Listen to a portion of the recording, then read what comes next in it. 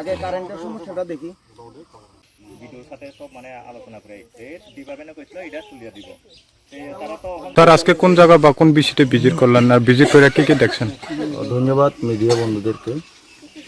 এটা অনেক দীর্ঘদিন ধরে আমাদের কাছে একটা প্রবলেম নিয়ে এলাকার জনগণ আমাদের কাছে এসেছিল যে এখানে ইলেকট্রিসিটির প্রবলেম রয়েছে, সঙ্গে রাস্তাঘাটেরও প্রবলেম রয়েছে, যে কারণে এখানের যারা বাসিন্দা তাদের আসা যাওয়া করতে অনেক অসুবিধা হয়।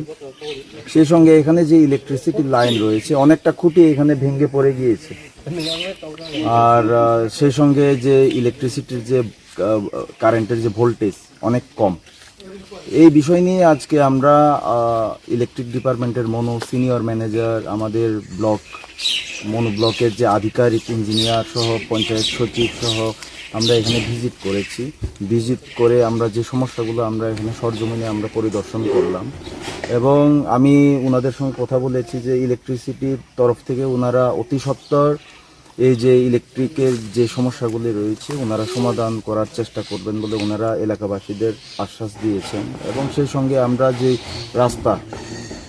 রাস্তাগুলো অনেক সমস্যা রয়েছে, মানুষের আসা যাওয়া করতে একটা গাড়ি ভালোভাবে আসতে পারে না, আর এটা অনেক বছর ধরে যে বর্ষার কারণে রাস্তা ভেঙে গিয়েছে।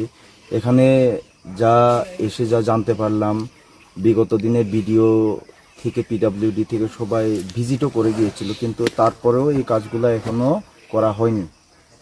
আমি ইঞ্জিনিয়ার সাহেবের সঙ্গে কথা বলেছি, ওনারাও দেখবেন যে কিভাবে এটা তাড়াতাড়ি এই রাস্তাটা সলিউশন করা যায়। আর আমি ডিজাস্টার ম্যানেজমেন্টের থেকেও চেষ্টা করব যে যেহেতু বর্ষার কারণে এই রাস্তাটা ভেঙে গিয়েছে, এটা ডিজাস্টার ম্যানেজমেন্ট থেকে করার কথা আমি যতটুকু আমি জানি।